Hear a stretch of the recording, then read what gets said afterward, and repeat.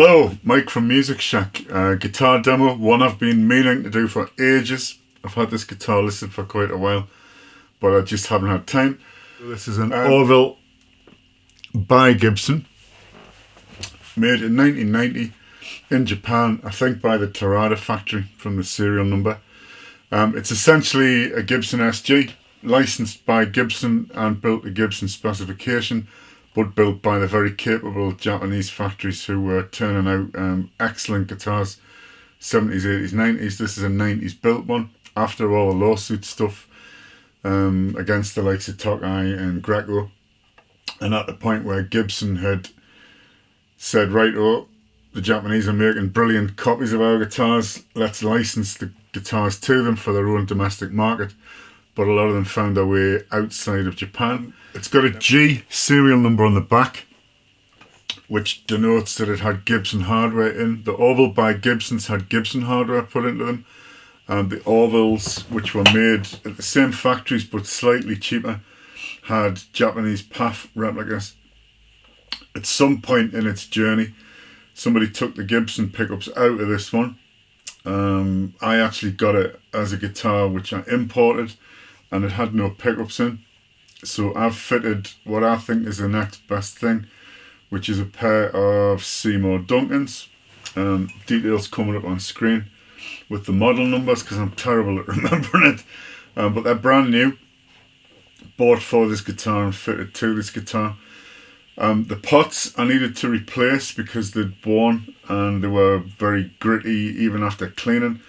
So I've replaced the electrics with a solderless kit, which uses a small connector with some metal plates which you screw the pickup and the switch wires into rather than soldering. I really like them. It does just as good a job as the solder, and it's a lot less fiddly to do and also to change out the pickups later on. Body wise, it is in played condition but in very good condition. It's got some dings, it's got a few marks which I'm trying to show you here. It's notoriously difficult to show on a demo video. It's got some buckle rash on the back, some scratches, so it's been played. That's what it's for. It looks as though it's probably being used by somebody who's gone to band practice or played quite regularly, but it's not bashed to pieces. It's got a few little small chips around the bottom, around here, which you often find on these guitars. Little chip at the front. So it's in very good played condition, or player's condition I like to say. A few dings on the back of the neck. Played condition. Headstock, nice big open book headstock, same as the Gibsons. Proper mother of pearl in the Orville by Gibson logo and the Gibson style decal as well. You probably can't see it reflecting or doing its pearlescent thing. Actually, I've forgotten to put the truss rod cover back on because I adjusted the truss rod on this one to give the neck a bit of relief. So it's fully accessible. It's a little bit stiff, but it's okay. I'll put the cover back on before sale. It's got the original tuners on the back, which are Clusen style, Japanese ones. Same ones that went on the Orvilles, the Grecos, most likely made by Goto, but I'm not sure. I think it's got a bone nut, which I believe is the original. It's got graphite in it now. Nice rosewood fretboard. It's quite a light coloured one. You can see the grain of the wood, different tones of colour. The neck is a medium profile, probably on the flatter side of medium. Very, very similar to a 1989 Gibson SG that I own. That's part of my personal collection. The guitar is strikingly similar to it, with the main exception that this one's not got fret edge binding. The Gibson one that I've got has. Original, I think it's nickel tailpiece and bridge, which are made in Japan. Seymour Duncan, one with a cover, one without. And new switch. Sorry, not original switch. And that's it.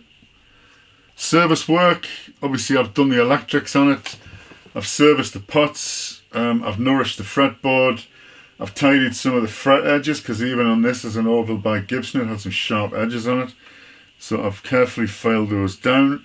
I've cleaned the frets with wire wool very carefully with a guard, oiled the fretboard, deep cleaned the guitar, and then polished it and buffed it with cream of carnauba, or however you pronounce it. And it's in great condition, nice and light. I'll put the weight on the description. It probably weighs about 3 kilos at the most. It's lovely and light. And that's about it. I'll do you a demo, and then if you need any more info about the guitar over and above what I've put on the listing, just ask away.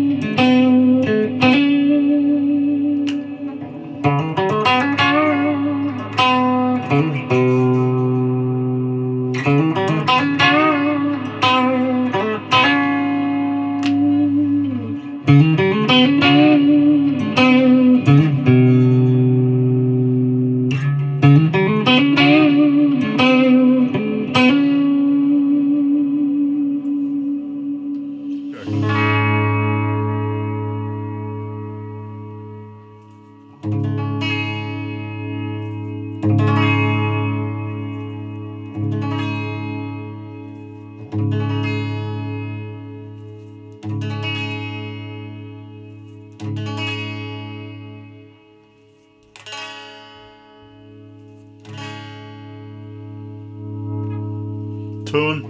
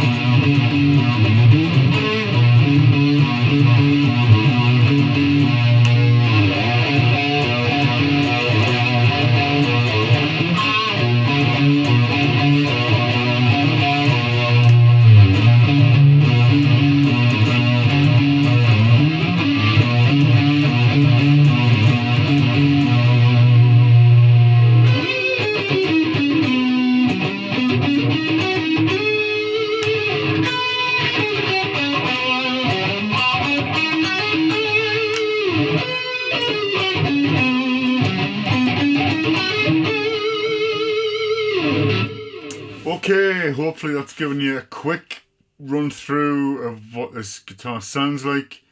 Obviously a lot more that you can do with it. Just a great guitar. A lot of people call these SGs a workhorse. They're no frills, they just get on with the job. This one sounds really nice. These Seymour Duncan pickups are a great sort of fit for the guitar. Are versatile. Do what you like with them. If you need any more information, just let me know. And thanks again for your time. Alright, cheers. Swallow down on Jackson's magic pill. Place on a chemical best.